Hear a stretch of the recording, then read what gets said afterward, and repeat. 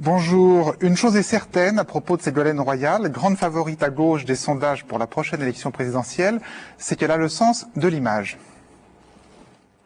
Je vois à côté de vous, madame, une magnifique charentaise. Comment peut-on innover dans un produit aussi traditionnel? Qui est menacé aussi, puisqu'on parle éventuellement du Japon pour aller le fabriquer un jour. Exactement. L'entreprise risque de délocaliser au Japon et moi je ne veux pas de ça en tant que présidente de région. D'abord parce que c'est un savoir-faire qui remonte au XVIIIe siècle. Hein, c'est la vraie charentaise avec la semelle de feutre qui est fabriquée dans la région. Voilà, alors Ségolène Royal n'est-elle qu'une créature des sondages et des médias sans implantation réelle dans le Parti socialiste et dans l'électorat, ou au contraire a-t-elle été longtemps sous-estimée par les médias et par les journalistes politiques? Ce sera la question du dossier de cette émission. Avec nous, Daniel Bernard, vous êtes journaliste à Marianne, vous avez publié il y a quelques mois un livre, Madame Royal, aux éditions Jacob Duvernet, et vous avez été un des premiers à dire « Pourquoi pas Ségolène Royal ?» Alain Duhamel, vous êtes journaliste politique bien connu des téléspectateurs du service public. Vous avez publié il y a quelques semaines vos prétendants, la semaine dernière, vos prétendants 2007, parmi lesquels ne figure pas Ségolène Royal. Enfin, John-Paul Lepers, avec vous, nous regarderons les rapports de Ségolène Royal et des journalistes, puisque vous êtes partis au Chili suivre Ségolène Royal et nos confrères pour Arrêt sur Image. Alors, pour Canal+, vous aviez filmé auparavant de nombreuses femmes et hommes politiques. Maintenant, pour Arrêt sur Image, nous vous demanderons de détourner un peu votre caméra vers les médias et les journalistes qui sont aussi des sujets bien intéressants. Mais nous allons commencer avec vous, Perrine Dutreil, par la commission d'enquête parlementaire sur la catastrophe judiciaire d'Outreau. Une image très forte que l'on n'a pourtant pas vue sur les principaux journaux télévisés. Oui, l'ouverture de cette commission avait donné lieu à une grande polémique sur la question de savoir si les débats devaient être publics ou à huis clos. Et à ce propos, mardi dernier, la chaîne parlementaire diffusait une interview du député UMP Alain Marceau qui invectivait vertement les journalistes sur leur rôle dans l'affaire d'Outreau. Pour certains, la présence des journalistes n'est pas bienvenue. Vous croyez pas sincèrement que vous en avez fait déjà beaucoup de publicité dans cette affaire? Est-ce que certains d'entre vous ici, est-ce que certains d'entre vous ici ne se posent pas la question de ce qu'ils ont dit, de ce qu'ils ont écrit ou de ce qu'ils ont filmé par rapport à ceux qui vont venir s'exprimer? Parce qu'ils vont venir s'exprimer. J'espère que vous les garderez tous en face. Voilà, on a pourtant vu le même soir le même Alain Marceau sur les autres chaînes, mais curieusement, il ne disait pas la même chose et il était beaucoup plus calme. Je crois qu'il faut effectivement que tout le monde puisse s'exprimer de la manière dont il le souhaite, avec ou sans huis clos. Il ne faudra pas que cette commission accouche d'une souris. Il faudra effectivement que nous soyons à même de proposer une modification de nos institutions. Alors je crois qu'il faut nous laisser travailler tranquillement, sans excès. Voilà, c'est beaucoup plus consensuel. Alors, le fait que les principaux JT n'aient pas diffusé les déclarations incendiaires d'Alain Marceau contre les médias est révélateur de l'embarras de ces médias à traiter cette affaire dans laquelle ils sont aussi partie prenante et dans laquelle existe une grosse tension, on peut le dire, entre les parlementaires et les journalistes. Ouais, finalement, la commission a commencé son travail donc mardi dernier à huis clos et au JT le soir même, on pouvait voir sur les 3 chaînes ces quelques images de députés en place attendant le début de leur séance. Et là encore, seule la chaîne parlementaire nous précise qu'il y avait une certaine tension entre journalistes et députés ce jour-là. Quelques minutes pour les caméras avant le début des auditions. Les assistantes sociales convoquées aujourd'hui ne sont pas là et visiblement les députés sont loin d'être ravis de l'intrusion.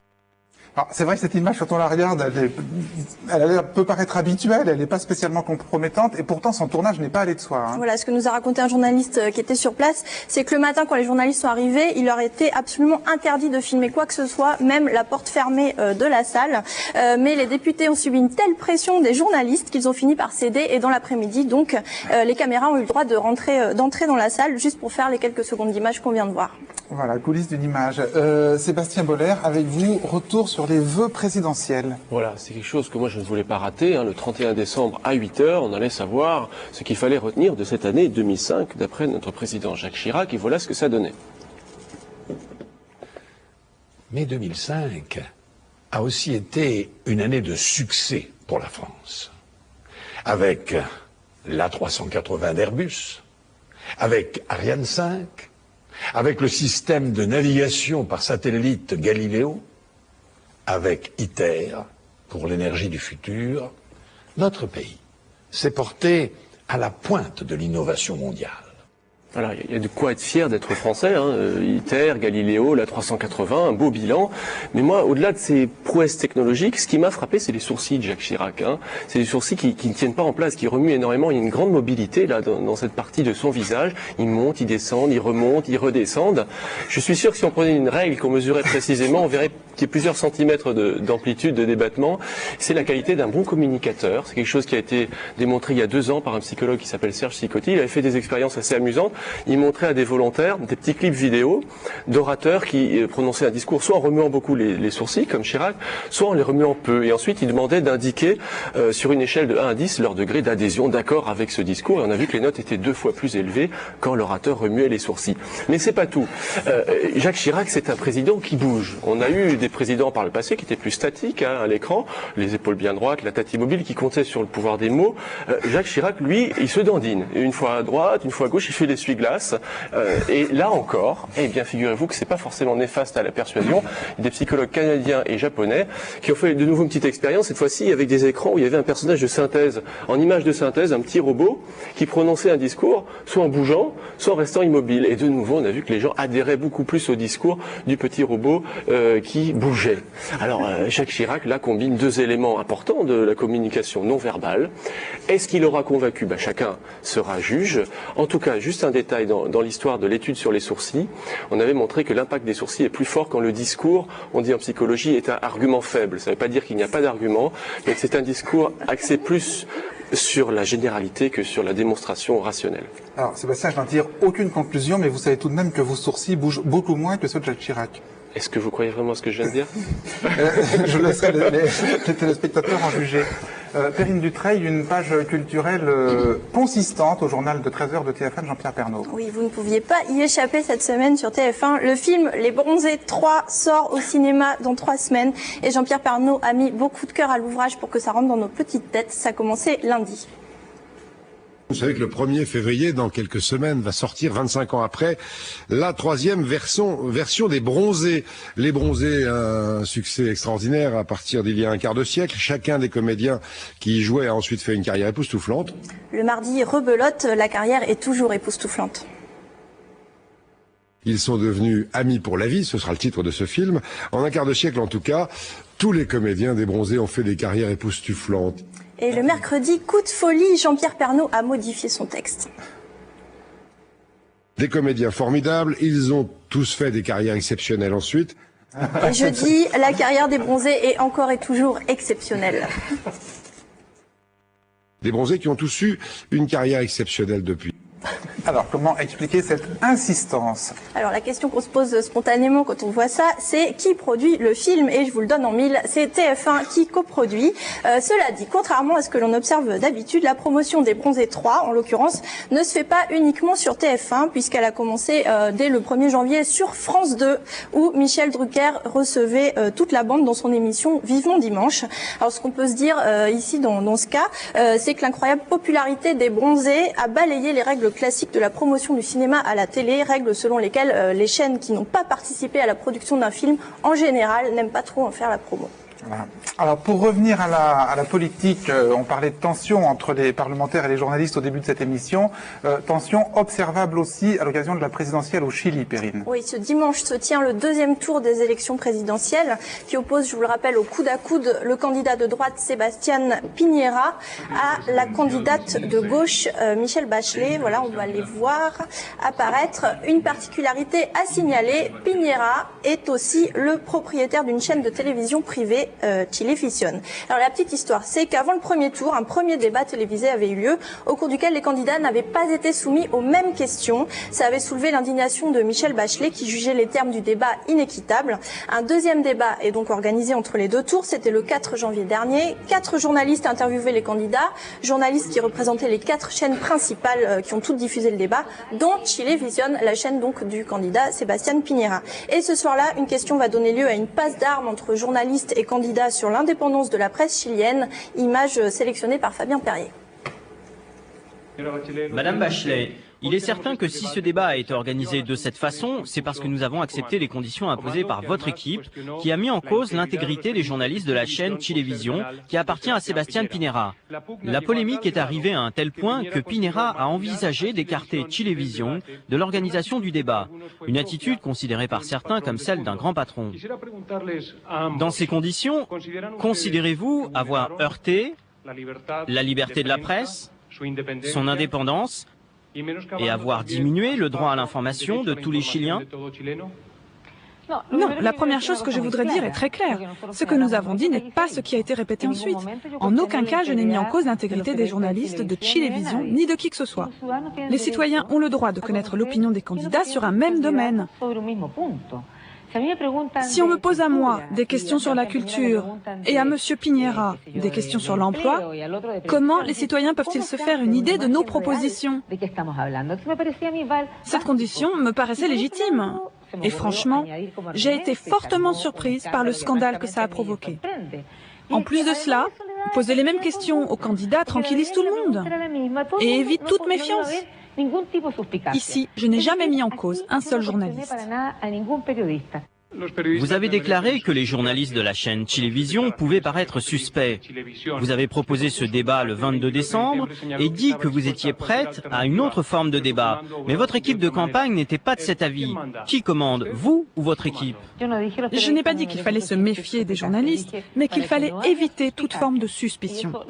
Et je le répète, parce que c'est bien cela que j'avais dit. Et c'est bien moi qui commande. Je crois en la liberté d'expression. Dans un premier temps, je veux dire que le fait que les questions posées soient les mêmes ou pas ne fait aucune différence. Ce que Michelle Bachelet a dit, c'est que si les questions étaient différentes, le journaliste de Chilevisión, Alejandro Guillier, président du Collège des journalistes, allait me favoriser et la desservir.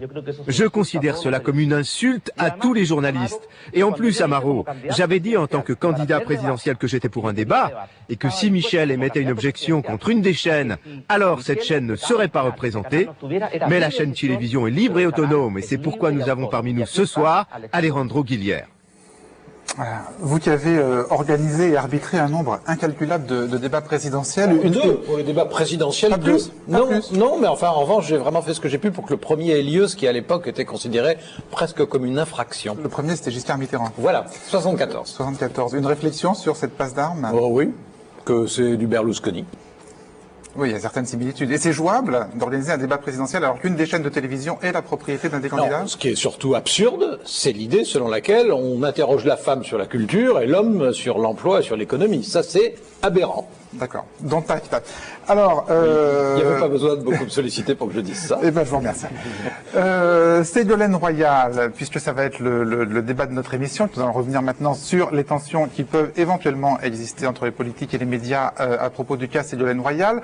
Favorite actuellement des sondages pour le Parti socialiste et la gauche pour la prochaine présidentielle, est-elle aujourd'hui surestimée par les médias et les sondages, après avoir été longtemps sous-estimée par les journalistes politiques? Ce sera le thème de notre dossier, Marianne Esplovic. Mais auparavant, dont je le disais au début de l'émission, John-Paul Lepers, vous êtes allé au Chili. Comment Ségolène Royal obtient les images qu'elle souhaite obtenir et comment elle retient les images qu'elle ne souhaite pas obtenir? Une leçon. Ségolène Royal marque sa différence. Absente aux commémorations de la mort de François Mitterrand, elle est au Chili pour soutenir la candidate socialiste à la présidentielle, Michelle Bachelet. Les deux femmes se sont mutuellement encouragées tout à l'heure. Voici donc l'image que Ségolène Royal était venue chercher au Chili.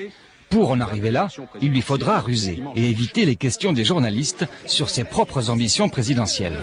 J'écoute, c'est tout. C'est pas une surprise quand même. Mais moi je ne parle pas ici de politique française.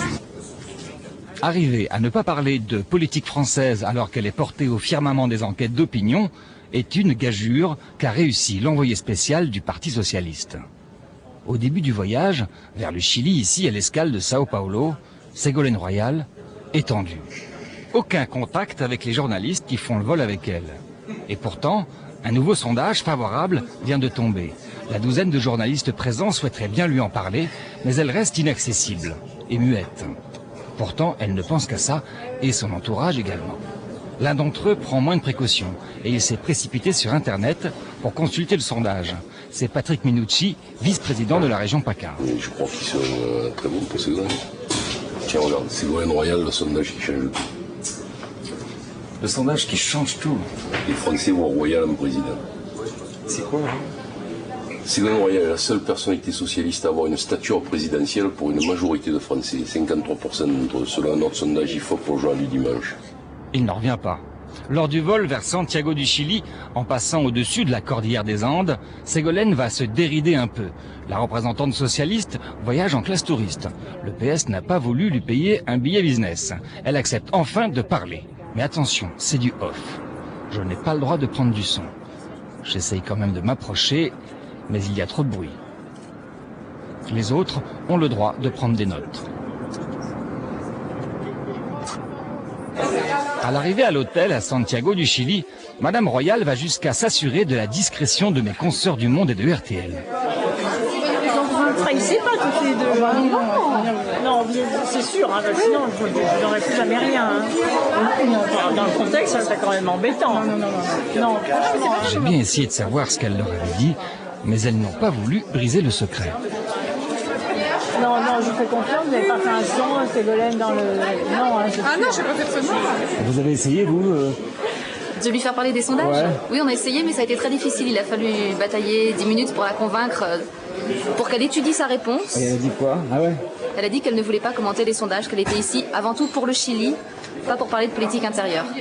Alors que tout le monde est sûr qu'elle est là d'abord pour la politique intérieure, pour donner un signe aux Français plus qu'aux Chiliens, qui la connaissent pas beaucoup. Le soir même, le Ségo Tour, qui s'est étoffé encore de quelques journalistes français, se dirige vers les quartiers populaires de la capitale chilienne.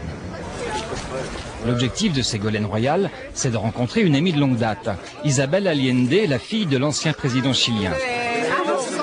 Après les mots, Ségolène contrôle les images. On peut la partager. On peut partager parce que la presse chilienne ici. Venez la presse chilienne, mettez-vous devant. La presse française recule, la presse chilienne vient devant. Agnès, Benoît. Agnès, c'est son attaché de presse. Benoît, son chef de cabinet. Tout le monde obéit. Le lendemain, Madame Royal doit rejoindre la candidate socialiste Michelle Bachelet, mais dans l'avion, une drôle de surprise l'attend. Le candidat de la droite à la présidentielle, l'adversaire de la socialiste Bachelet, est à bord. Sebastián Piñera lui vole la vedette. Problème, quoi faire? Il va bien falloir le croiser. Brainstorming dans le camp royal. Si jamais il vient, il faut que tu dises bonjour. Si jamais il vient ici, il va falloir que tu dises bonjour. C'est une question de politesse. Mais il ne faut pas qu'il y ait de photo parce que... Non, mais parce qu'il va... Voilà. Non, mais moi je suis collaboré, je peux mettre devant, il n'y aura pas de photo. Ah oui, parce que je ne veux pas faire d'erreurs tactiques pour la candidate. Oui, ça peut être utilisé contre elle. Oui, en même temps c'est assez anodin. C'est vrai que si on se dit bonjour, faire attention à la dernière ligne droite de campagne. Et elle va faire bien attention, mais avec une petite pointe de mépris. Elle va se sortir de ce piège en refusant de lui serrer la main. Car la poignée de main qu'elle est venue chercher, c'est celle-ci. Et tout est organisé pour ne pas la rater.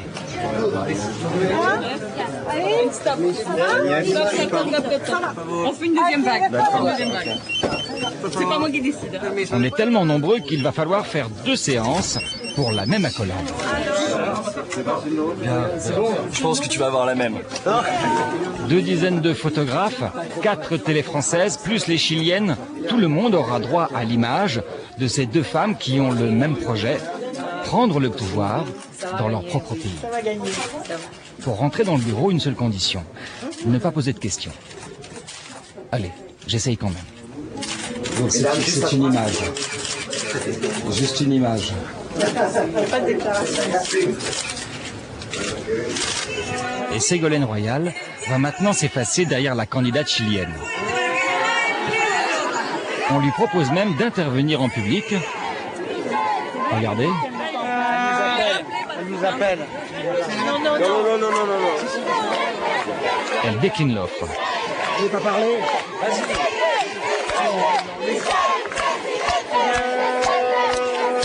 Elle a déjà eu tout ce qu'elle voulait. Madame Royal, il n'y a plus de journalistes autour de vous? Ben non, parce que ils ont raison. Maintenant, ça y est, je les ai attirés vers Michel Bachelet. C'était l'objectif de la manœuvre. Ah ouais? Vous avez de double objectif, mais celui-là est atteint aussi. Il est atteint, voilà. Il y en a deux, hein. Salut. Alors, John Paul, beaucoup de choses dans ce reportage, beaucoup d'enseignements. Première chose pour nos téléspectateurs qui sont pas forcément familiers des habitudes de vie entre journalistes et personnages politiques. Alors, on voit au début dans l'avion que Ségolène Royal parle donc à deux consoeurs, hein, je crois une consoeur du Monde RTL. Et une consoeur de RTL qui prennent des notes. Et il y a un garçon, un journaliste du Parisien également, que je ne vois pas. Vous les voyez bien en train de prendre des notes. On va voir les images en plein écran pour qu'on puisse les revoir. Ouais. Donc ces journalistes prennent des notes et alors ensuite arrivé au but, Ségolène Royal leur dit vous ne me trahissez pas. Ouais. Mais qu'est-ce que ça veut dire? Qu'est-ce que ce serait la trahir? On est dans le off. Alors ça vient de l'anglais. Ça règle du jeu. Off the record, donc pas enregistré. C'est-à-dire que je vous parle. C'est une tradition dans la politique, plus ou moins pratiquée par les hommes politiques, plus ou moins pratiquée par les journalistes. Mais c'est l'occasion pour les journalistes de rencontrer les hommes politiques, les femmes politiques, et d'avoir des informations qu'ils n'ont pas le droit de donner, ou en tout cas qu'ils n'ont pas le droit de donner dans la bouche de Voilà, c'est très différent. Personne. Ça n'est pas qu'ils n'ont pas le droit de donner, ça veut dire, pour parler simplement, ça veut dire, ça permet à quelqu'un d'écrire dans Le Monde, par exemple, ou dans Libé, la candidate socialiste pense que, en s'appuyant sur ce qu'elle leur a dit, donc sans dire de bêtises, enfin en étant honnête, mais ça lui permet pas de dire Ségolène Royal a déclaré : ouvrez les guillemets. Bon, alors on disait dans le temps, il y avait un sketch de Coluche, c'était l'entourage ou les milieux autorisés. Les milieux autorisés s'autorisent à penser. Voilà, c'est ça. Simplement, on dit quand c'est le président qui demande un off, qui reçoit des journalistes qui demandent un off, on dit un haut dirigeant a déclaré que. Bon, tout le monde sait très bien que le haut dirigeant, c'est le président, mais bon. Alors, c'est très traditionnel dans le journalisme politique français. Est-ce que c'est pas, et international, est-ce que c'est pas un peu hypocrite? Un peu. Un peu, beaucoup? Oui, si, non, si, c'est hypocrite. Alors pourquoi on le fait? Pourquoi on continue à le faire? Pourquoi on perpétue le système? Parce que la société est hypocrite, que c'est vrai des rapports entre les hommes politiques et les journalistes, que c'est vrai des rapports entre les non-hommes politiques et les non-journalistes, que c'est même quelquefois vrai sur un plateau de télévision. Il y a des conventions, et les conventions par nature sont quelquefois utiles, mais toujours hypocrites. D'accord. C'est le propre des conventions. Alors, c'est vrai que une des raisons du succès de Ségolène Royal dans l'opinion, on va le voir dans la suite du débat, c'est son atypisme. Mais on voit que là, en tout cas, elle n'est pas du tout atypique. C'est-à-dire qu'elle fait exactement comme les autres. Parce qu'il est atypique, c'est la systématisation. C'est-à-dire que jusqu'à présent, il y a un équilibre entre ce qu'on montre et ce qu'on dit. Et là, le déséquilibre, il est patent. On le voit à travers le reportage. L'essentiel, c'est de donner des images, de faire le moins de son possible. Quand elle est intervenue d'ailleurs en espagnol, tout le monde a rigolé. C'était avec un accent français terrible. Donc effectivement, le but, c'était d'en dire le moins possible. Quand vraiment, à chaque fois qu'elle a ouvert la bouche au Chili, c'était pour dire des choses qui étaient pas tout à fait exactement ce qu'on attendait d'elle. Donc là, mais sur le off the record, elle fait comme les autres. Ouais, je pense qu'elle en fait même encore moins. Enfin, pour l'avoir suivi un certain nombre de fois, elle en dit encore moins, même dans le off. Encore moins. Il y a des spécialistes du off dans la vie politique, il y a des gens qui font toute une carrière sur le off. On les connaît, c'est des spécialistes du décryptage. Par exemple, je sais pas, Jean-Christophe Cambadélis, c'est quelqu'un qui est pas forcément extrêmement connu. Bartolone, voilà. Tout ça, c'est les gens qui balancent en c'est les lieutenants, c'est les lieutenants missionnés. Celui qui va décrypter et qui finalement imprimer un calque qui permettra aux journalistes d'analyser ce qu'ils voient. D'accord. Alors cela dit, là où elle est peut-être atypique, John Paul, c'est qu'elle vous permet de la filmer ensuite menaçant les journalistes de rétorsion si jamais elles la trahissent. Oui, elle sait que... ce qui est pas une image très bonne pour elle, puisqu'on a l'impression d'une menace. Vous n'aurez plus rien, leur dit-elle, le doigt levé, hein. Et dans le contexte, oui, mais là elle est contradictoire cette dame, hein. Donc elle dit d'accord, je veux bien qu'on me suive, et il y a des moments elle me dit non. Elle me dit non, par exemple, quand elle mangeait un yaourt, fallait pas que je la filme. Donc elle dit il y a des règles, les règles, pas quand on mange, pas quand on dort, pas que voilà ça. Mais là elle parle en public et elle n'a pas peur de dire ça, elle n'a pas peur de montrer qu'elle est autoritaire. Elle sait que vous la filmez là. Mais bien sûr, oui, toujours, bien sûr. Je suis vraiment à 1 mètre. Hein. C'est moi qui filme. Là, j'ai pris ma petite caméra, donc je suis à 1 mètre. Et pour avoir du son, il faut être tout près. Donc elle sait très bien. Elle sait qu'elle apparaît comme une femme de tête qui décide et qui donne ses indications précises. Moi, je dirais que je suis assez d'accord avec ça, mais je dirais que non seulement elle n'a pas peur de montrer qu'elle est autoritaire, mais qu'elle désire montrer qu'elle a de l'autorité, ce qui est un peu différent. Mais ce qui est surtout frappant, et je trouve que le sujet est intéressant à cause de ça, c'est que c'est l'exemple type de la stratégie médiatique, ce qui d'ailleurs n'est pas un monopole de Ségolène Royal, y compris au Parti Socialiste, mais c'est une très bonne professionnelle de la stratégie médiatique, dans une phase bien précise de la vie politique, qui est la phase du début des campagnes présidentielles, c'est-à-dire là où la démocratie d'opinion instable et irrationnelle l'emporte sur la démocratie se structurant quand on approche du résultat et devenant à la fois plus conventionnelle et plus organisée, mais moins spontanée et moins subjective. D'accord. Donc ça va se structurer dans les prochains mois, c'est ce qu'on va voir après novembre, je pense. Après novembre. Dans le off, ça va se dégonfler comme une baudruche. Non, mais non, alors non.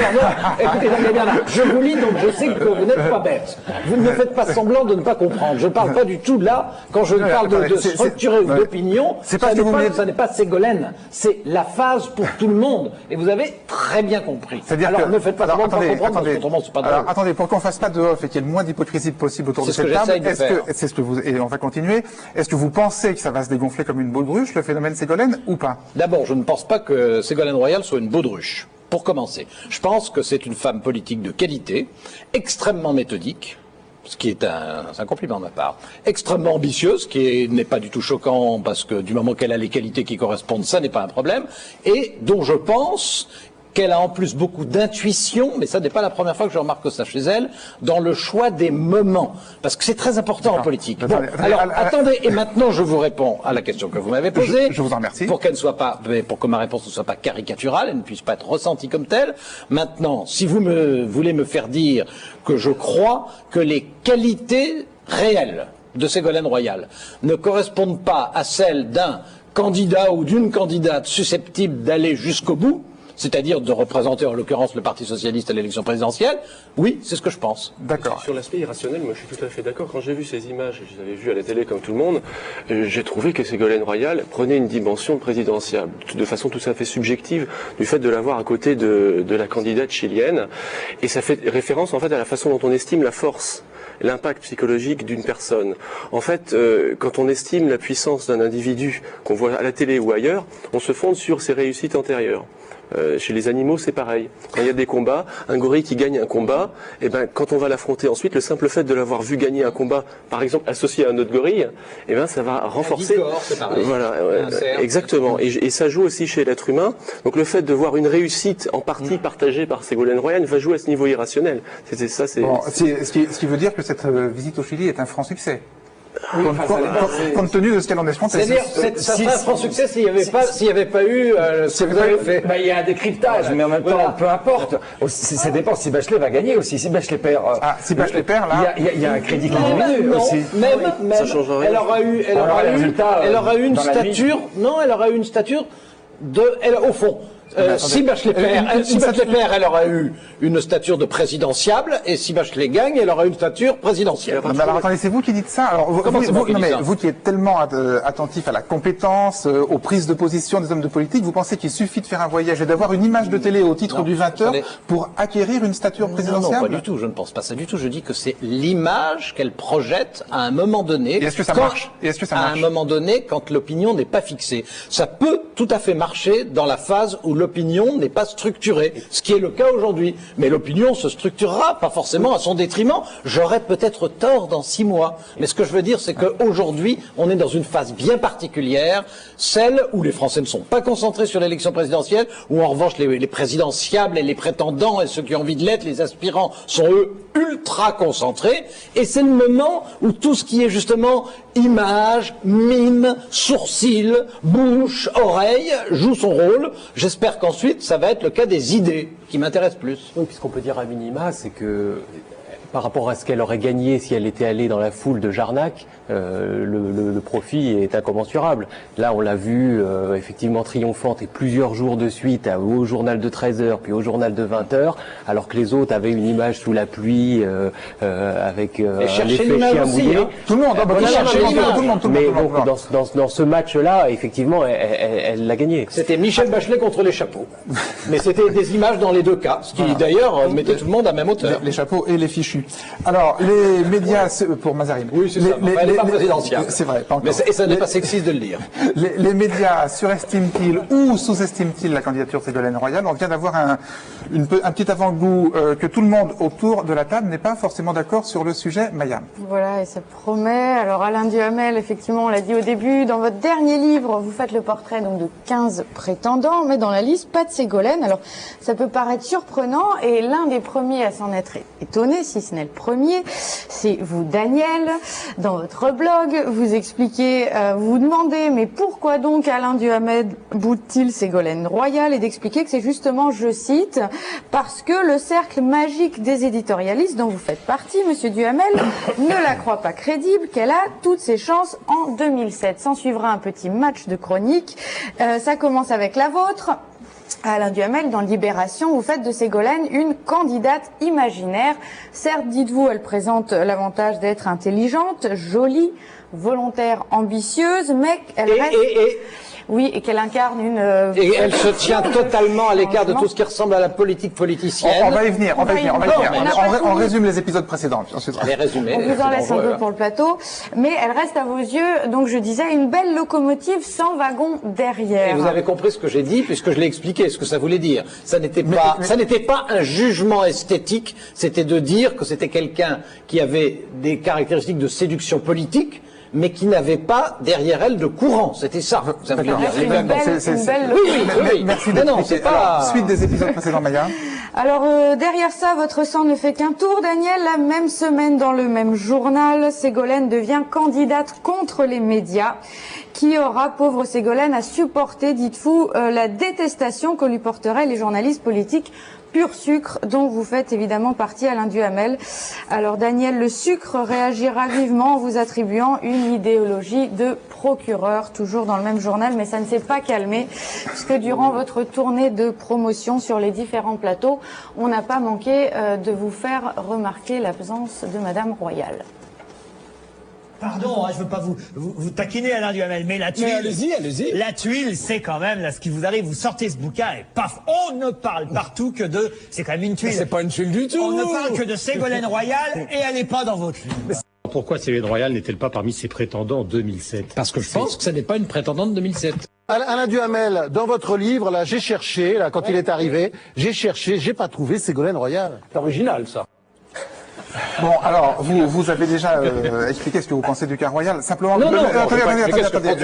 Est-ce que je peux me permettre de poser une question? Bien sûr. Une question simple. C'est un oubli ou c'est délibéré? La réponse est dans le livre. Alors, donnez-la sur le plateau pour les... La réponse dans le livre, c'est que ce livre a été fait pour essayer d'évaluer les qualités de présidentiable et les chances d'être désigné par les formations pour l'élection présidentielle. Et que je pense... Donc c'est délibéré. Je pense. Donc c'est délibéré. Absolument. C'est-à-dire que vous vous êtes posé la question, est-ce que je l'inclus, est-ce que je l'inclus pas? Et délibérément, vous avez choisi de ne pas l'inclure. Parce que je pense que ça ne sera pas elle qui sera désignée par le Parti socialiste. Je me trompe peut-être. Non, mais là, c'est délibéré. C'est les prétendants. Pourquoi vous dites pas je me suis trompé? Pourquoi? Mais vous avez lu le livre? Non, je l'ai pas lu. Bon, alors ça serait mieux pour que vous en parliez. Non, mais j'explique. C'est étonnant. Non, c'est pas étonnant si on a lu le livre. Elle est prétendante, en tout cas. J'explique dès l'introduction. Elle prétend. J'explique dès Bon, vous avez lu le livre. Oui, mais j'explique dès l'introduction que les critères de sélection que j'ai faits, c'est d'une part ceux dont je pense, à tort ou à raison, qu'ils ont des qualités présidentielles, à tort ou à raison, mais surtout ceux dont je pense qu'ils ont des chances, plus ou moins grandes, de figurer à l'arrivée parmi les candidats réels. Je me trompe peut-être. Aujourd'hui, 12 janvier, des regrets? Si c'était à réécrire? Non, franchement, non. Mais non, bien sûr que non. Je pense, peut-être, mais on va le voir peut-être dans la discussion, je pense que Ségolène Royal a des grandes qualités politiques. Je pense qu'elle n'a pas aujourd'hui encore. Elle les aura peut-être dans 5 ans, je n'en sais rien. Elle n'a pas encore aujourd'hui les grandes qualités présidentielle pour une raison très simple, c'est que jamais de sa vie elle ne s'est exprimée sur les sujets ennuyeux et essentiels qui sont liés à ou en tout cas qui devraient l'être dans mon esprit, à la présidence. Mais voilà, c'est mon point de vue. Je me trompe peut-être. Ça fait 4 fois que vous le dites depuis au moins c'est bordé pour l'avenir. Non, parce que c'est surtout, je sais que ça vous fait plaisir. Mais pas 4 fois. Si, vous aimez bien. Vous aimez bien quand je dis que je peux me tromper. Daniel Bernard. Je peux me tromper aussi, mais moi, quand j'ai commencé à écrire sur Ségolène Royal, c'était précisément parce que je ressentais quelque chose de très étrange et que j'avais envie d'approfondir. Ce qui je ressentais très étrange, c'est pourquoi une femme qui était aussi populaire depuis longtemps, était considérée par les grands éditorialistes, un certain nombre d'hommes politiques. Alors attendez, est-ce qu'on peut me laisser parler? Par la plupart des hommes politiques, comme une rastaquouère, une fille qui n'avait rien à faire dans une catégorie UP qui est celle des présidentiables. Et je me suis aperçu que finalement, c'était très surprenant, beaucoup de gens avaient vu les images de Ségolène Royal, parfois même les commandaient, puisque s'il y a autant d'équipes sur d'un voyage au Chili, c'est qu'il y a des chefs pour les commander, mais ils ne s'intéressaient jamais à le rapport entre cette femme et l'opinion. Ils ne s'intéressaient pas. Rutel-Krief, elle avait rien à en dire, Anne Sinclair, elle avait rien à en dire, Henri Emmanuelli, il dit moi je m'occupe que de politique. Bref, un certain nombre de gens ne considèrent qu'elle n'a rien. Ça, c'est des gens à qui vous avez demandé des interviews pour votre livre, et qui ont refusé d'en parler. Et qui m'ont dit je n'ai rien à en dire. Alors, mais vous allez répondre, bien sûr. Certainement, je finis. Ça, c'est un élément qui va dans le sens d'Alain Duhamel. Il considère qu'elle n'a pas la légitimité, mais qu'il faut observer aujourd'hui, et ça vaut pas seulement en politique. Attendez, pour être court, qu'est-ce qui vous fait penser, vous, qu'elle a la légitimité, au contraire? On dit bien. C'est juste, ça ne vaut pas qu'en politique. Il y a aujourd'hui un phénomène, on peut le regretter, on peut trouver que c'est insupportable, que la France va mal, etc., mais qui fait que quand un certain nombre d'éditorialistes, quand un certain nombre de gens puissants et qui considèrent que ils ont la science de ce qu'il faut faire et de ce qu'il faut pas faire, préconisent quelque chose, et Alain Duhamel en est, ils forment c'est comme une boussole inverse. On leur dit Ségolène Royal ne doit pas être dans la liste, bing, ils la mettent en tête des sondages. Alors, est-ce que façon de contrôler? Non, mais là, c'est très dur. C'est vrai en politique, mais ça c'est vu parce que entre le 21 avril et le 5 mai, il y a eu une bataille terrible contre Jean-Marie Le Pen. Il a progressé, mais ça se voit aussi parce que il a progressé en pourcentage, et ça se voit. Il a très peu progressé. Ça vaut aussi pour la musique quand Magali est la gagnante de la Starac contre tous les autres. Ça vaut aussi à la télé quand Coé, qui est considéré comme rien du tout, fait les meilleures audiences. Marc Lévy vend plus de livres que. Non mais c'est intéressant. Alors, on a bien compris. Alors, la réponse de la boussole qui marque le Sud. Non. Avant de répondre, il y a un mot que je ne veux pas laisser passer parce que je le trouve scandaleux. Je le trouve malhonnête et je le trouve même injurieux. C'est de dire que ceux qui ne sont pas d'accord sur la candidature de Ségolène Royal la considèrent, selon votre expression que vous avez d'ailleurs déjà utilisée, de rastaquouère. Rastaquouère, c'était un mot qui était employé par les ligues fascistes en France dans les années 30 pour parler de ceux qui n'aimaient pas et qui étaient à gauche. Et me faire dire que je considère Ségolène Royal comme une rastaquouère, je trouve ça honteux. Je la considère comme une femme intelligente, comme une politique de bon niveau et qui est parfaitement légitime dans ce qu'elle essaye de faire. Rastaquouère, c'est une injure. C'est une injure. Voilà, alors c'est fait. C'est une vraie injure. Alors, non, Alain Duhamel. Tâchez de ne pas recommencer. Alors, Alain Duhamel, le mot rastaquouère est évacué sur le fond de ce que dit maintenant Daniel Bernard. Ça, c'est autre chose. Bon, d'abord, il n'y a pas un cercle d'éditorialistes tous d'accord par magie. parce que les éditorialistes sont exactement comme toutes les autres spécialités journalistiques et comme toutes les autres professions françaises, c'est-à-dire qu'ils sont davantage en concurrence les uns avec les autres qu'ils ne sont en connivence les uns avec les autres. Et Dieu merci, il y a, je pourrais faire la liste, ça sera un peu long, sur chaque sujet, il y a des points de vue contradictoires. Je pense quelque chose, Jean-François Kahn pense autre chose, François-Olivier Gisbert pense un troisième, bon, je ne vais pas faire la liste, mais c'est une évidence, ça. Bon.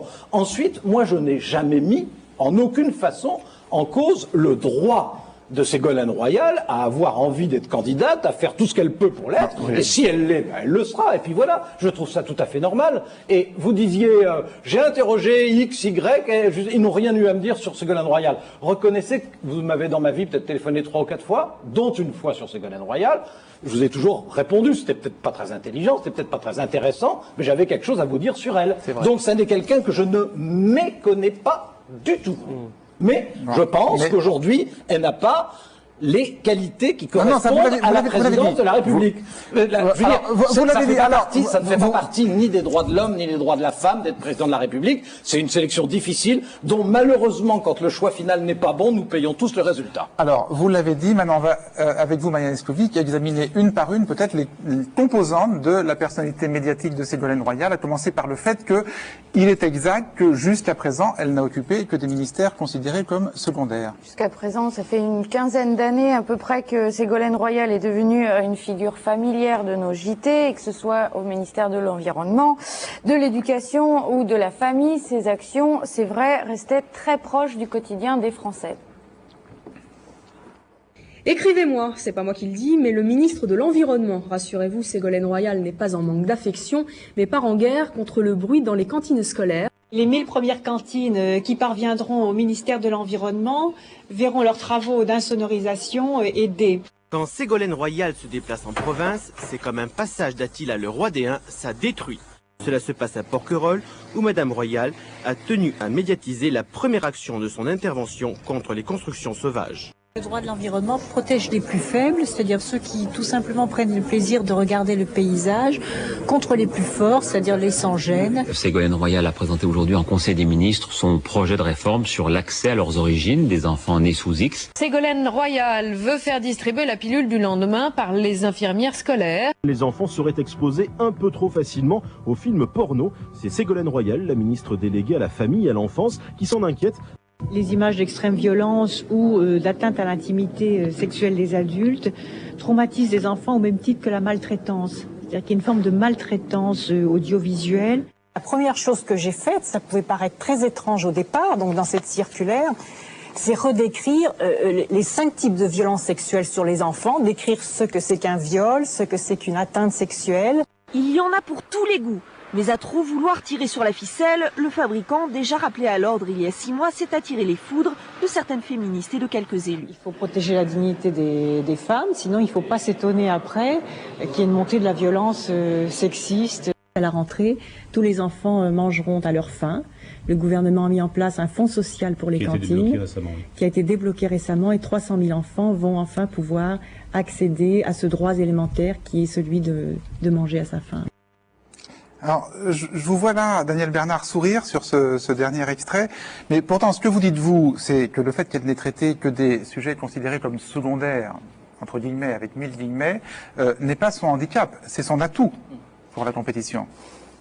Moi, effectivement, ça me semble pas être un handicap terrible. On peut il est évident que Ségolène Royal n'a pas d'expérience internationale. Il est évident qu'elle n'a pas exercé de fonctions éminentes dans les institutions financières, qu'elle n'a pas une maîtrise formidable de la comptabilité publique. Bref, tout ça, ça me paraît, ça se voit comme le nez au milieu de la figure. Mais ce qui m'a intéressé, et c'est pour ça que j'avais fait ce livre aussi, c'est-à-dire que c'était de comprendre pour quelles raisons, malgré tous ces handicaps, et on pourrait ajouter le fait qu'elle est désagréable avec ses secrétaires, que son bilan en Poitou-Charentes est pas formidable, qu'en Deux-Sèvres, elle a annoncé un certain nombre de réalisations qui ne sont pas trouvées de concrétisation. Malgré tout ça, elle garde une certaine popularité, et quand... Dans le verdict, pourquoi ? Pourquoi ? Parce que je crois que la télévision, effectivement, d'abord l'a bien servi, et d'autre part, sur le plan beaucoup plus idéologique, elle s'est placé, on l'a vu avec une certaine antériorité, en rupture avec l'idéologie 68arde. C'est mon hypothèse. Ouais. Elle est à la fois anti-libertaire, et c'était pas facile, elle a eu l'IB contre elle de façon presque continue, elle était anti-libertaire, et aussi elle a fait un certain nombre d'interventions contre la mondialisation, pour la limitation des salaires à 50 000 francs, etc., qui l'a montré qu'elle était pas ouverte au grand vent du libéralisme. Elle est anti-libérale, anti-libertaire. Et ça, il y a quelque chose dans l'air du temps qui conduit à cette popularité-là. Sur ce point particulier? Oui, ça n'est pas, malgré son intérêt affiché, d'ailleurs tout à fait légitime, en plus ça correspond à ses fonctions ministérielles, donc ce serait stupide de lui reprocher les déclarations qu'elle fait là. Mais ça n'est pas malgré, c'est à cause de... Je pense qu'elle est populaire. Je pense que si Ségolène Royal est populaire, c'est parce qu'elle incarne ce qui fédère aujourd'hui les Français, c'est-à-dire des intérêts sur ce qui les concerne directement et dont ils ont le sentiment et la certitude que ça les concerne directement, et qu'elle est hors du débat politique idéologique classique à proprement parler, et a fortiori présidentiel, mais que c'est ça qui, dans une démocratie d'opinion, donc instable, donc subjective, la valorise formidablement, et je dirais que par-dessus le marché, parce qu'il faut être honnête et dire les choses, hein, c'est ce que vous souhaitez d'ailleurs, vous avez raison, elle est aussi une critique implicite contre le reste du monde politique. C'est-à-dire que elle, les gens se disent, on comprend ce qu'elle dit, on sait pourquoi ça nous regarde, on est d'ailleurs assez souvent d'accord avec elle. D'ailleurs, moi, je suis assez souvent d'accord avec ce qu'elle dit de la vie quotidienne. Hein. Enfin, surtout, mais assez souvent d'accord. Simplement, un président de la République, ça n'est pas la même chose. Oui, enfin, alors, qu'est-ce que c'est un président de la République? Qu'est-ce qu'on cherche aujourd'hui, nous, citoyens? C'est quelqu'un, effectivement, qui n'a pas d'expérience. Des citoyens? Oui, de temps en temps, oui. Moi, je me sens plus citoyen, si vous voulez, qu'éditorialiste. Je me sens, voilà, nous, citoyens. Je me dis, qu'est-ce qu'on attend d'un président? Est-ce que c'est, effectivement, elle connaît rien en économie. Enfin, elle n'a pas eu un ministère, donc elle n'a pas cette légitimité. Mais il se trouve qu'elle connaît quelque chose que tous nos hommes politiques ne connaissent pas. C'est-à-dire la vie de famille. Oui, absolument. C'est-à-dire les problèmes de l'école. C'est-à-dire les problèmes des couples. Vous avez tout à fait raison. Les problèmes de l'éducation. Vous avez tout à fait raison, mais simplement, attendez. Laissez-moi terminer. C'est donc, qu'est-ce qu'on cherche d'un président aujourd'hui? Est-ce que c'est quelqu'un qui va amener notre pays à la conquête du monde, ou est-ce que c'est quelqu'un qui va comprendre nos problèmes et arranger notre vie, et s'occuper de notre vie? John Paul, je vais vous rappeler 2-3 trucs sur arrêt sur image, c'est qu'on essaye de parler des images et de la télé, et donc de ne pas faire un débat pour ou contre Ségolène, mais Ségolène et les médias. Et d'ailleurs, on va y revenir immédiatement à propos de ce que Ségolène Royal vous a dit pendant ce voyage au Chili, puisque elle savait qu'on allait faire une émission et que j'allais vous inviter à Alain Duhamel. Donc spontanément, elle vous a parlé. Elle n'a pas voulu venir. Elle n'a pas voulu venir. Moi, j'aurais bien aimé. Hein. Mais j'en doute pas. Donc, elle a voulu parler. Donc. Voilà. Et donc, Ségolène Royal parle d'Alain Duhamel. Certains hommes qui ne peuvent pas supporter ça ont toujours les mêmes types de critiques. Elle n'est pas capable, elle n'a pas la carrure, elle n'assumera pas, etc. Je crois que certains hommes ont suivi ça.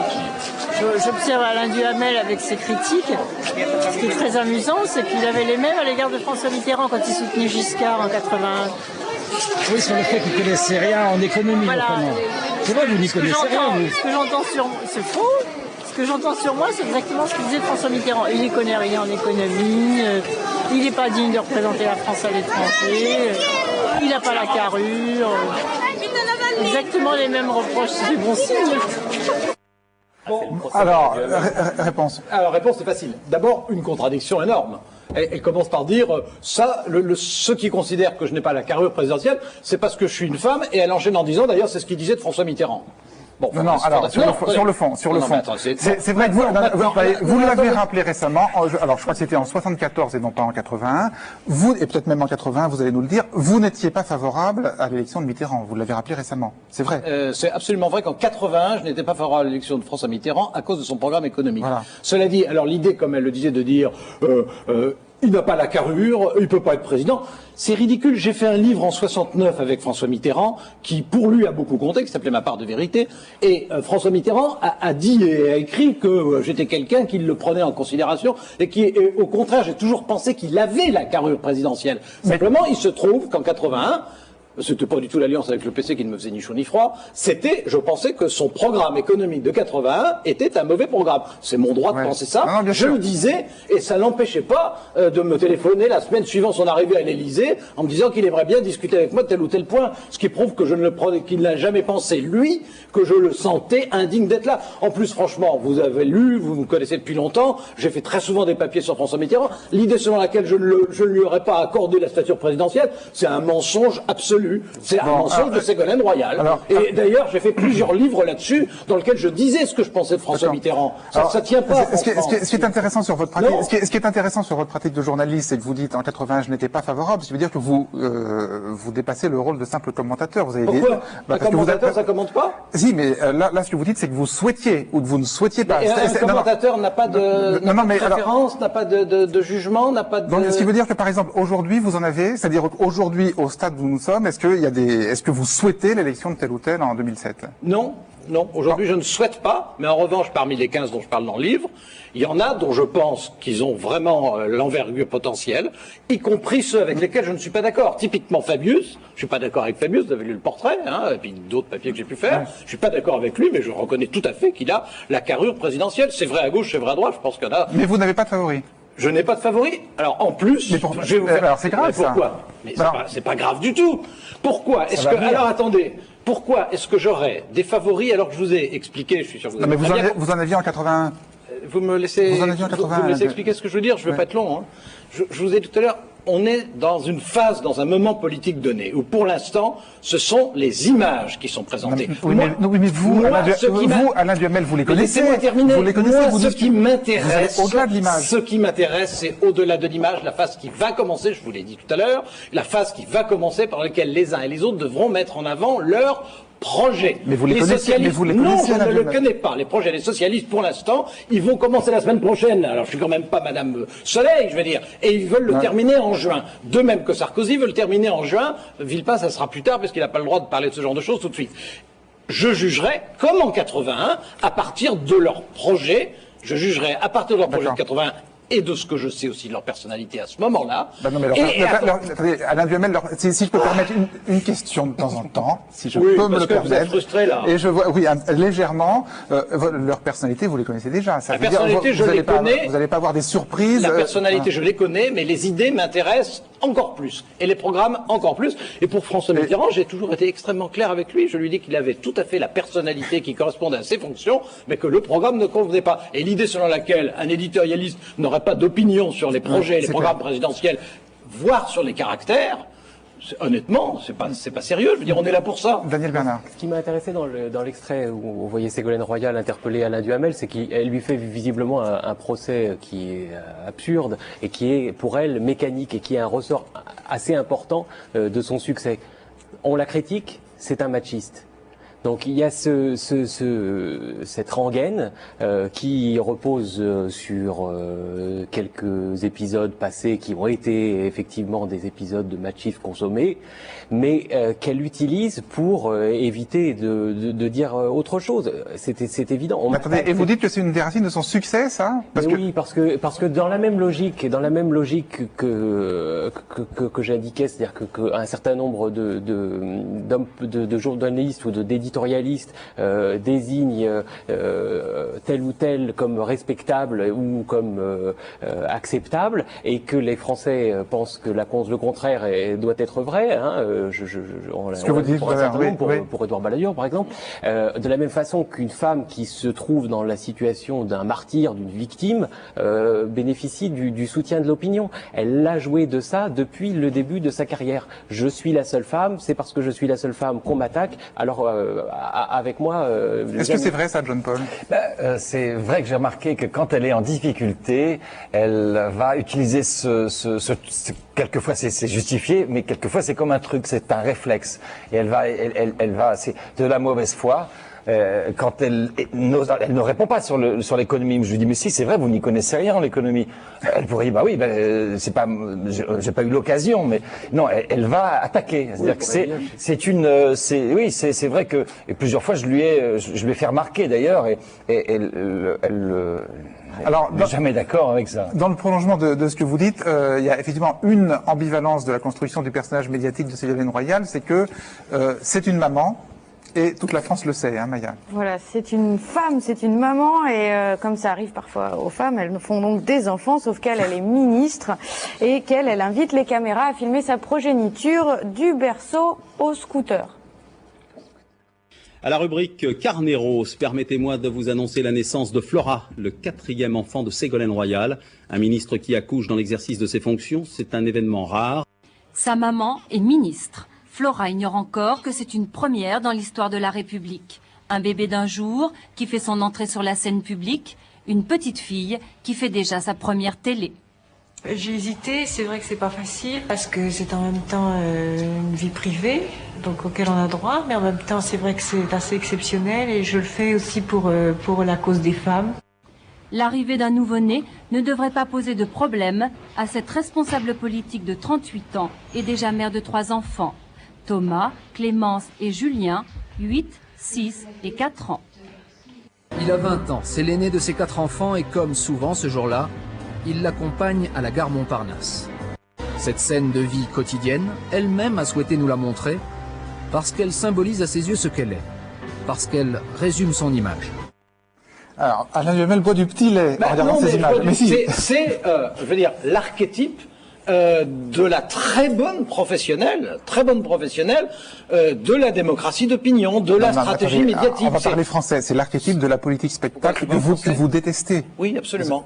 Mais c'est pas elle que je déteste, c'est ces méthodes-là. Pourquoi pas le dire comme ça? Bon, parce que chacun a ses mots, mais les miens sont peut-être trop abstraits. Mais je veux dire, c'est évidemment pas un hasard si Match la photographie après la naissance, qui était très sympathique la naissance. C'était pas obligé que ce soit dans Match, c'est elle qui a décidé. De même que, encore récemment, quand elle se fait photographier avec un de ses enfants, c'est elle qui le décide. C'est-à-dire que c'est pour moi, oui, c'est une dérive de la démocratie, ça, absolument. Et j'ajouterais une chose, très rapidement, que je pense que dans la vivacité de ses réactions, il y a aussi un autre élément dont on n'a pas encore parlé, mais qui existe. Donc, comme on n'est pas hypocrite, on dit, qui est que dans le livre, j'insiste énormément sur le fait que François Hollande est très sous-estimé et que moi, je lui donne à lui l'envergure présidentielle. Ça veut dire quoi, ça? Ça veut dire ça.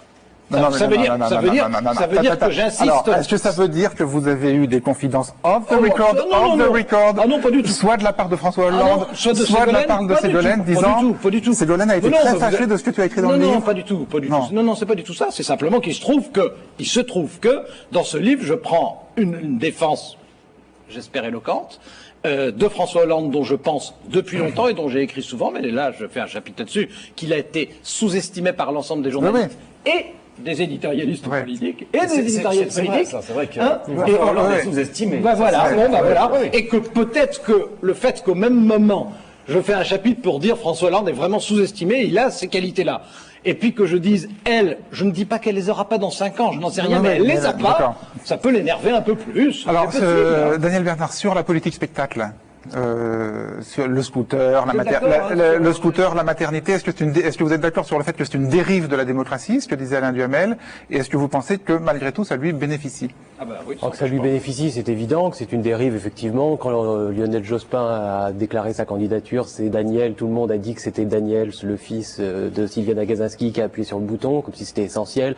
Lionel Jospin, je cite son exemple 2 fois parce que c'était censé être le plus digne, le plus éloigné de ça, à chanter à cette époque-là les feuilles mortes à la télévision. Il y a effectivement tout ce... Un petit peu avant. Non, avant. Voilà, il était précurseur. Il y a eu effectivement cette facilité-là qui consiste à aller montrer sa bobine, éventuellement avec ses enfants si possible, pour attendrir les lecteurs et montrer finalement, parce que c'est ça à mon avis que ça montre, que ce qui compte, c'est montrer, démontrer aux électeurs que cette caste qu'ils voient comme quelque chose de très élevé, avec des mœurs bizarres, des restaurants à eux, des voitures de fonction, etc. Finalement, il y a aussi cette vie quotidienne et cette vie familiale qui est le plus intime de la vie quotidienne, qui perdure. C'est un peu le modèle un peu scandinave.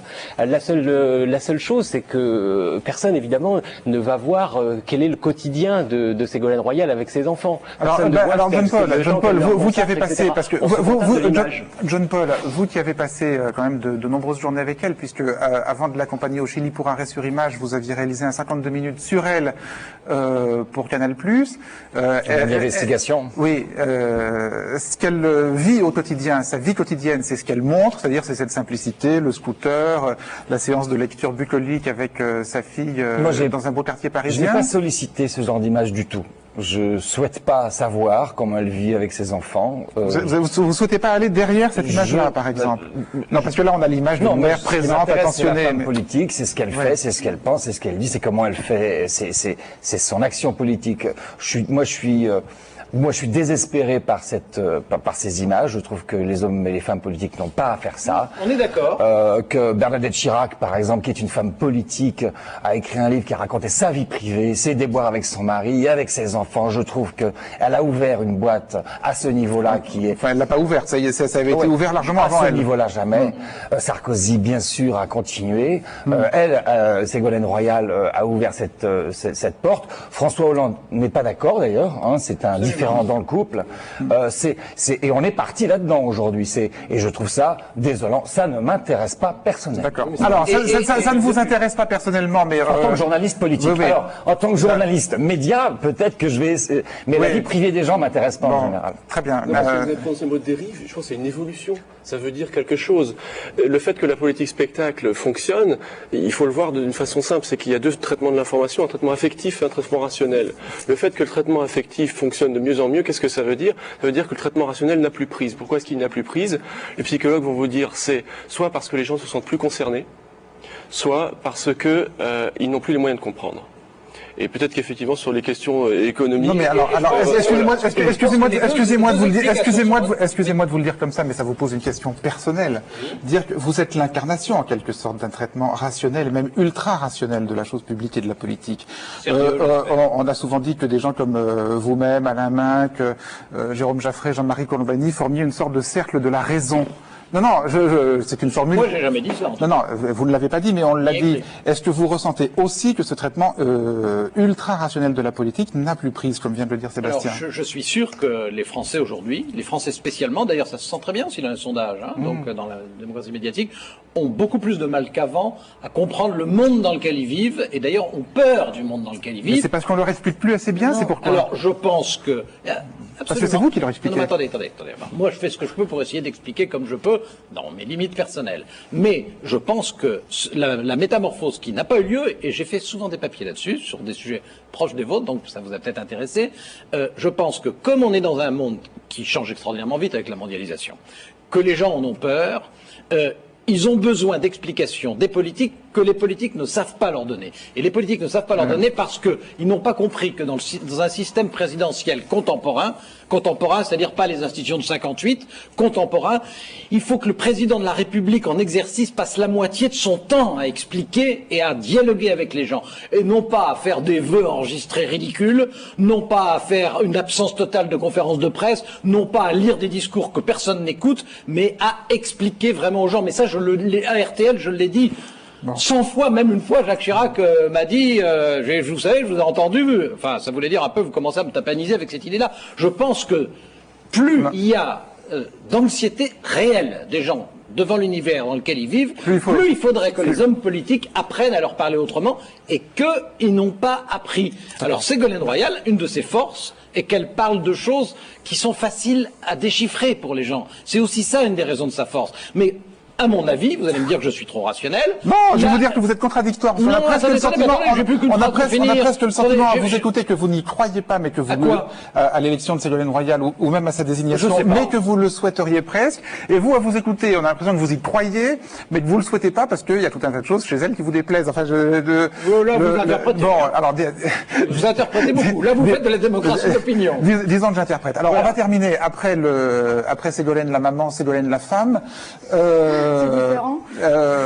C'est pas la même image en tout cas. L'un mène à l'autre, mais pas dans le même ordre. Voilà. On peut dire les choses comme ça, comme on arrive à expliquer les choses simplement. C'est ce que j'essaie de faire tous les matins.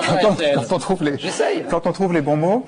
Alors il y a un thème qui revient souvent dans les interviews de Ségolène Royal par des journalistes politiques, c'est le thème de la séduction. Voilà, donc Ségolène est une maman, mais n'en reste pas moins une femme. Et lors de ces entretiens avec les journalistes, hommes souvent, une question revient. La séduction. Souvent, la séduction, son pouvoir de séduction. Et au jeu du charme, sérieusement, vous êtes imbattable ou irrésistible, hein? Je le dis. Mais est-ce que la séduction, ça finit pas par devenir de la démagogie? Je ne suis pas dans un rapport de séduction. On me reproche même bien souvent le contraire. Ça nous séduire, vous journalistes, ou pas? Je pense qu'elle joue sur le rôle de la séduction. Ouais, elle joue, ouais. Ça marche ou ça marche pas, ça dépend des journalistes. Vous êtes séductrice, on parle de ça, non, madame. Je pense pas. Je suis jamais dans un rapport de séduction. Voilà, sauf que parfois, n'est-ce pas, John Paul, on se demande qui c'est qui a commencé. Président de la région? Oui, ça.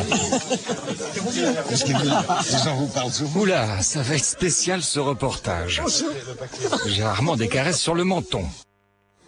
Alors, les images sont très intéressantes puisque effectivement, c'est ce geste de la caresse sur le menton, c'est elle qui le fait.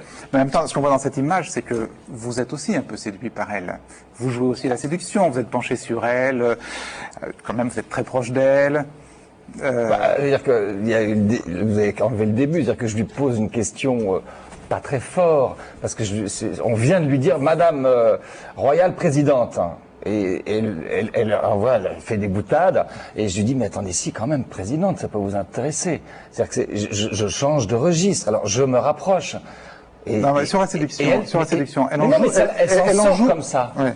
Elle s'en sort comme ça. C'est-à-dire que, est-ce que je suis séduit par elle? C'est ça que vous voulez savoir? D'une part, est-ce que vous êtes séduit par elle? Non, mais ça, c'est à la limite, c'est secondaire. Est-ce qu'elle joue de sa séduction avec les journalistes politiques? Bien sûr. Et ce que je dis, moi, c'est que c'est une pression qu'elle fait. C'est-à-dire comme un homme politique fait pression auprès de jeunes filles aussi. Vous savez qu'il y a des histoires d'amour entre les journalistes politiques et les hommes politiques. Paraît-il. Dit-on. Il doit y en avoir dans l'autre sens. Et comme il y a une féminisation de notre personnel politique, on va avoir, nous, les hommes, de nouvelles formes de pression. On est habitués, nous les journalistes, à avoir des pressions. Il faut juste résister aux pressions, Daniel. Alors d'abord, pour être extrêmement précis, je veux dire qu'elle m'a jamais passé la main sur le menton. C'est un avantage à John Paul. Oui, mais moi j'interviewe toujours les gens de très près. Si moi il m'est arrivé d'être vu d'assez près aussi, mais enfin c'était pas son réflexe avec moi. Non, c'était pas son réflexe avec moi, mais d'ailleurs c'est pas, je vous reproche rien. Au contraire, c'est pas pour ça que vous lui en voulez, rassurez-nous. Pas du tout, non. Je pense que il faut essayer à la fois de ne pas nier la part de séduction qui existe chez elle. C'est vrai qu'elle a une part de séduction et que tout le monde en tient compte. Bon, et je crois que pour l'élection présidentielle, il ne faut justement pas la juger en fonction de ça. Il faut la juger en fonction de ses capacités présidentielles et pas de sa séduction féminine. Sa séduction féminine, elle existe comme existe son talent politique et sa science du moment. Vous l'avez dit. Oui, mais enfin, alors, sur la séduction, pour le livre, vous l'avez rencontré combien de fois? Je l'ai rencontré 3 fois. 3 fois. Et alors, elle, par rapport à vous, tentative de séduction, tentative de contrôle, intimidation, comment vous... Elle était dans un exercice qui lui déplaisait tout à fait, qui était de faire un regard rétrospectif sur ce qu'elle a été. Et c'est quelqu'un qui... Elle déteste ça? c'est quelqu'un dont je me suis aperçu qu'elle était extrêmement percutante sur 15 secondes, un petit peu moins sur 30 secondes. Quand ça passe aux 10 minutes, c'est légèrement plus... Et quand elle est interrogée pendant 1 heure par Alain Duhamel, ça devient difficile. Donc je l'ai vu en 94, j'avais reproduit moi-même des images. Mais donc il y a cette difficulté à essayer d'analyser et même de conceptualiser ce qu'on a fait. Donc c'était pas un exercice qui lui plaisait. Ce que vous dites est désespérant, parce que vous dites à la fois ça et vous dites que vous y croyez. Et alors, donc ça veut dire que vous pensez qu'elle peut gagner en 2007 tout en étant totalement inefficace sur un quart d'heure. Parce qu'elle va devoir en faire des émissions qui vont durer un quart d'heure, une demi-heure et 1 heure. Moi, ce qui m'effraie, et donc j'essaye d'en tirer les conséquences, c'est qu'il y a un formidable, et on l'a vu en 2002, mais je ne sais pas si on l'a assez bien vu en 2002, il y a un formidable rejet de tout ce qui peut être la politique institutionnelle. Moi, ça me passionne, c'est pour ça que j'ai fait ce métier, Alain Duhamel aussi, mais il faut se rendre à l'évidence. Les ventes de livres de politique chutent, les journaux politiques classiques chutent, la vie politique telle qu'elle était connue en 1974, il y a quelque chose qui s'est effondré. Donc moi, ce que j'observe, c'est qui profite de cet effondrement, et je forme l'hypothèse, tant qu'elle ne sera pas arrêtée, et tant qu'il n'y aura pas un sursaut, que tant qu'il n'y aura pas une incarnation de ce changement par d'autres, et c'est possible, ça peut être Strauss-Kahn, ça peut être je ne sais qui, ça peut être Lionel Jospin, il y tient, Jacques Chirac, mais tant que ça ne sera, ce besoin de changement, de renouvellement et de tsunami sera pas satisfait, il y aura cette hypothèque Ségolène Royal. Alors, oui, moi je vois pas les choses comme ça. Je suis d'accord sur le rejet des formes institutionnelles de la politique. Mais ce qui est intéressant dans la politique aujourd'hui, ce sont pas les formes institutionnelles. Moi, ça m'intéresse à titre personnel tout à fait, mais je comprends très bien que les gens ne soient pas passionnés pour savoir si le fait que l'Assemblée nationale puisse voter des déclarations est une grande nouvelle le matin quand on prend son petit déjeuner.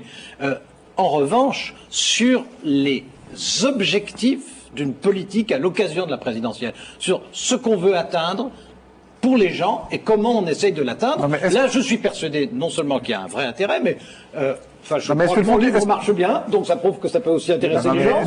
Il est dans une niche. Il est dans une niche, il est dans une niche qui est assez étroite, à mon avis, de plus en plus étroite.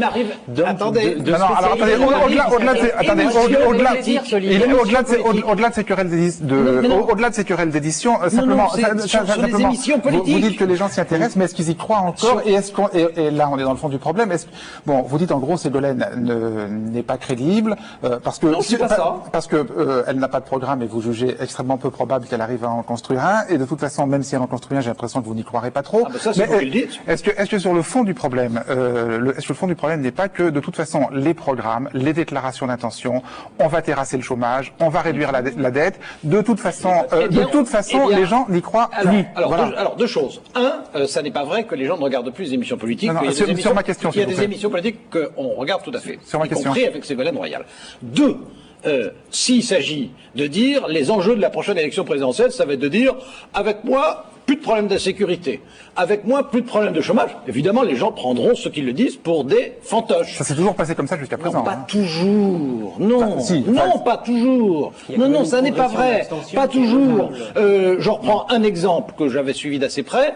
Ce que Raymond Barre, en 88, avait proposé, c'était vraiment le contraire de la démagogie. Et il l'avait dit. Oui, mais enfin, on a vu le résultat. Non, mais ça, c'est autre chose. Enfin, il l'avait fait, puis il avait fait un score qui est pas ridicule. On peut le faire. Simplement, et on fait 15% à l'arrivée. Pas de miroir aux alouettes. Il faut dire non seulement, et j'espère que ça va être la nouveauté de cette campagne, et j'aimerais que ça le soit, et à gauche et à droite. On peut dire non seulement là où on veut aller, mais comment on veut vraiment s'y prendre pour y aller. Et je remarque, puisque j'ai quand même l'expérience d'un certain nombre d'élections et de campagnes présidentielles, que ce sont des sujets qu'on commence déjà à aborder maintenant, ce qui n'a pas toujours été le cas. Très bien. Merci à tous trois d'avoir participé à ce débat. Maya, j'ai cru entendre quand vous avez énervé au cours de cette émission. Si, c'était off the record, mais je l'ai quand même entendu. Pourquoi vous avez énervé? Non, c'était simplement sur l'image de Ségolène dans sa chambre d'hôpital. Voilà, il n'y en a aucun de vous qui lui laisse le bénéfice que peut-être elle fait ça. Non, que peut-être effectivement elle fait ça parce qu'elle est ministre et parce qu'elle a accouché en étant ministre, et que peut-être ça peut intéresser certaines personnes et certaines femmes de voir que on peut être ministre, accoucher, avoir quelque chose. Je suis peut-être naïve, j'en sais rien, mais vous aviez tous l'air tellement outrés par. Je ne parle pas de celle du scooter qui effectivement est vraiment montée et qui relève du spectacle, mais là, moi j'y crois un peu. Et c'est pas parce que je suis une femme ou une fille ou voilà. Ok, voilà le mot de la fin à Marianne Escovic. Merci d'avoir participé à ce débat. Reste sur Image revient dimanche prochain, 12h38. Au revoir à tous.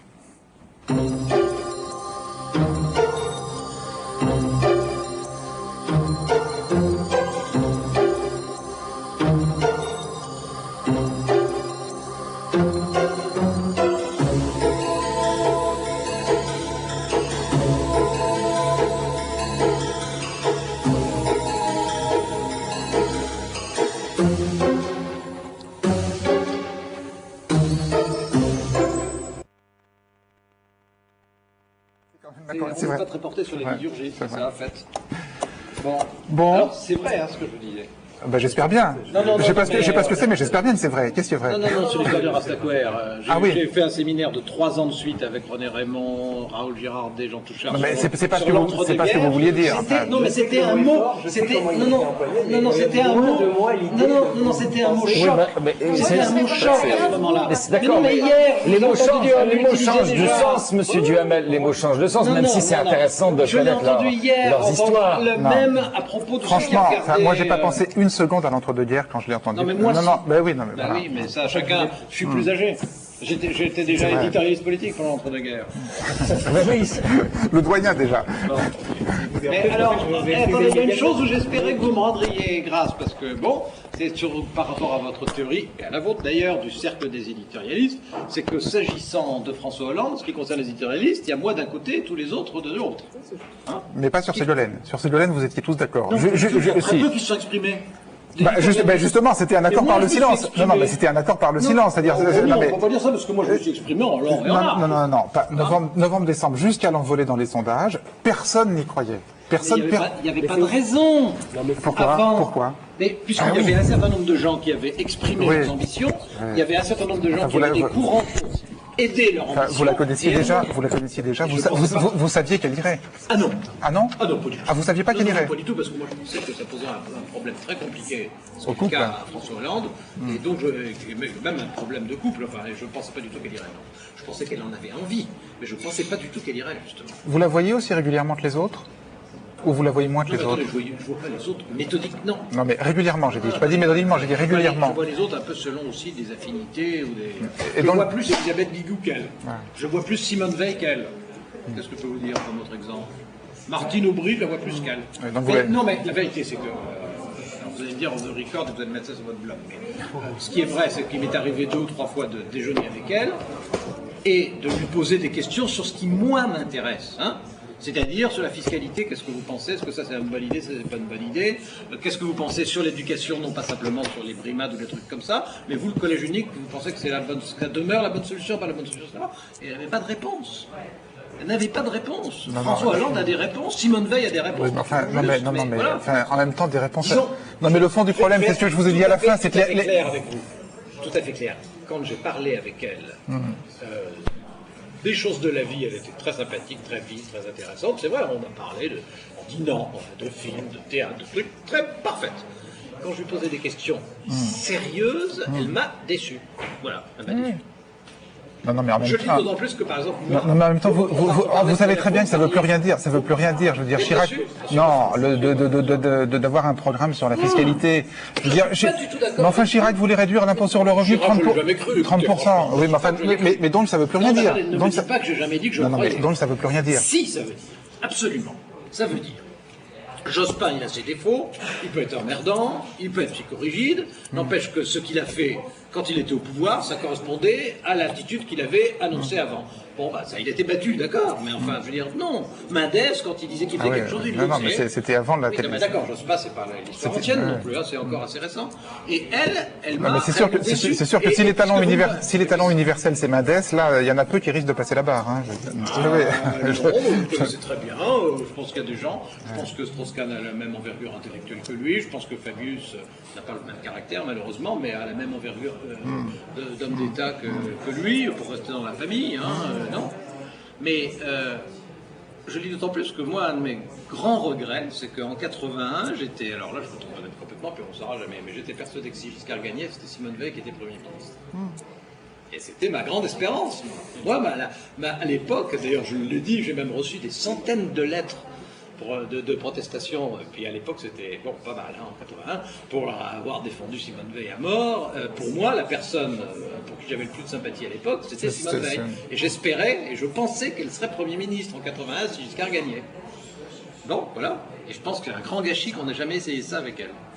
C'est une femme qui a à la fois une histoire, une autorité, une vraie autorité, et des compétences formidables. Quand elle était au ministère de la Santé, c'est une des rares qui a résisté, y compris au groupe de pression pharmaceutique quand elle était ministre de la Santé. Il n'y en a pas tellement. Hein. Mais M. Duhamel, ça fait partie aussi des choses qui sont... Je ne dis pas ça pour vous, parce que vous écrivez des éditoriaux, qui seraient une marque du fait qu'on le prendrait au sérieux si on faisait ne serait-ce que l'analyse de son bilan, ce que vous pointiez un peu, ce que je suis amusé à faire, c'est elle a parlé de la pédophilie, qu'est-ce qui a changé? Elle a parlé de je ne sais quoi, dans les Deux-Sèvres, elle est élue depuis 1988, qu'est-ce qui a changé? Ça fait partie aussi des éléments qui font qu'on prend au sérieux ou pas. Oui, je trouvais de mauvaise foi, j'ai trouvé que l'émission était franchement intéressante, j'ai trouvé que les sujets étaient bien, j'ai trouvé que ça... Je pensais pas que je dirais ça. Non, c'est vrai. Il y en avait même un sur lequel j'avais a priori une prévention que j'ai trouvé bien. J'ai trouvé que c'était une très bonne idée de lui avoir demandé la réponse sur moi. J'étais enchanté de sa réponse. Là où je trouve que vous êtes un peu de mauvaise foi, c'est quand vous avez l'air de me reprocher d'avoir eu, en tant qu'éditorialiste, une opinion. 80, j'ai toujours eu des opinions sur tout. Je veux dire, c'est normal, c'est le job de l'éditorialiste d'avoir une opinion. Elle n'est pas forcément juste. Non, mais après, il y a des finesses sémantiques entre opinion, pronostic et souhait électoral. Non. Vous savez mais je sais bien. A fait un édito en disant, moi, je souhaite la victoire de Mitterrand. Non, mais je... Après quoi? Immédiatement après l'élection, vous vous rappelez que vous étiez au Monde et que c'était lui, bon. Pas en 80. Vous le lisiez. Bon, immédiatement après, il m'a appelé tout de suite pour me dire, il va falloir que vous fassiez un peu plus de papier que d'habitude dans cette phase-là. Donc il savait très bien, tout le monde savait ce que je pensais, mais je l'écrivais dans le Monde aussi, d'ailleurs, j'écrivais aussi des choses critiques sur Giscard. Hein, j'ai même fait un livre sur Giscard. Non, mais pour que les choses soient parfaitement claires, moi je reproche rien à personne. Ce que je reproche simplement, c'est quand les choses ne sont pas dites. C'est-à-dire quand on fait passer des souhaits pour des pronostics, des pronostics pour des souhaits, des analyses pour des pronostics, des pronostics pour des analyses, voilà, c'est ça. Quand c'est pas net, il m'arrive de me tromper. Bon, il m'arrive, comme tout le monde, d'être plus ou moins inspiré d'une fois sur l'autre. Honnêtement, vous me lisez, bon, mais pas bien que vous m'écoutiez le matin. Non, malheureusement, je suis sur d'autres chaînes. Mais c'est ce que je pensais. Mais on ne peut pas me reprocher de ne pas dire ce que je pense, de ne pas le dire nettement. Si vous m'auriez entendu ce matin sur RTL, sur les trois, là, je disais vraiment les trois Chirac. Non, mais là où je trouve que vous êtes un peu dans l'esquive, c'est quand vous dites je sais pas encore, je saurai en juin. Parce que franchement, vous n'aurez aucun élément supplémentaire en juin. Aucun. Eh ben, je peux vous dire déjà un. Mais si, non, mais vous dites pas ça parce que mais qu'est-ce qu'on aura? Je veux dire, sur les caractères, on les connaît par cœur. Et je vous ai dit que sur les personnalités, je doutais d'apprendre des choses nouvelles. Non, mais je vous l'ai dit ça. En ce qui concerne maintenant les programmes, Sarkozy a annoncé hier qu'il fallait que ça bizarrement pas beaucoup été repris. Annoncé hier qu'il fallait qu'il y ait un projet détaillé UMP, donc son projet en juin, ça va obliger les socialistes à répondre point par point. Et à mon avis, Sarkozy va faire des propositions très précises sur une centaine de thèmes. Et il va falloir que les socialistes disent là on est d'accord, là on n'est pas d'accord, et voilà ce qu'on propose. Et moi, je ne renonce pas à l'idée qu'on dise, comme j'essaie de l'esquisser, non pas simplement là où on veut aller, ce qui est effectivement trop facile, mais comment on veut y aller. Et pour moi, les 6 mois, enfin même pas les 6 mois, les 10 mois jusqu'à la désignation du candidat socialiste, c'est ça le problème. C'est qu'est-ce qu'ils vont dire sur les moyens d'aller là où ils veulent aller. Sur l'objectif, moi je suis... Non, mais... Voilà. Non, mais je trouve ça tout à fait légitime de votre part, effectivement, que vous attendiez qu'ils aient mis leurs propositions par écrit avant de vous déterminer. Ma conviction, c'est que ça ne jouera absolument pas sur l'élection. Non, mais sur moi, ça jouera. Oui. Sur ce que je dirais ça jouera de façon décisive. Par exemple, Fabius, honnêtement, je pensais que c'était lui qui avait le plus les qualités aujourd'hui à gauche pour être le candidat. Franchement, c'est ce que je pensais. Mais la façon dont il a mené sa campagne sur les présidentielles, sur leur maire, les arguments qu'il a utilisés, je me suis dit, ben non, je veux pas. Ok. Vous devez partir là ou vous pouvez rester 3 minutes? Oh, je peux rester 3 minutes. Parce que je rédige la bande-annonce et je vous rejoins dans... D'accord. Je vais me déconnecter déjà.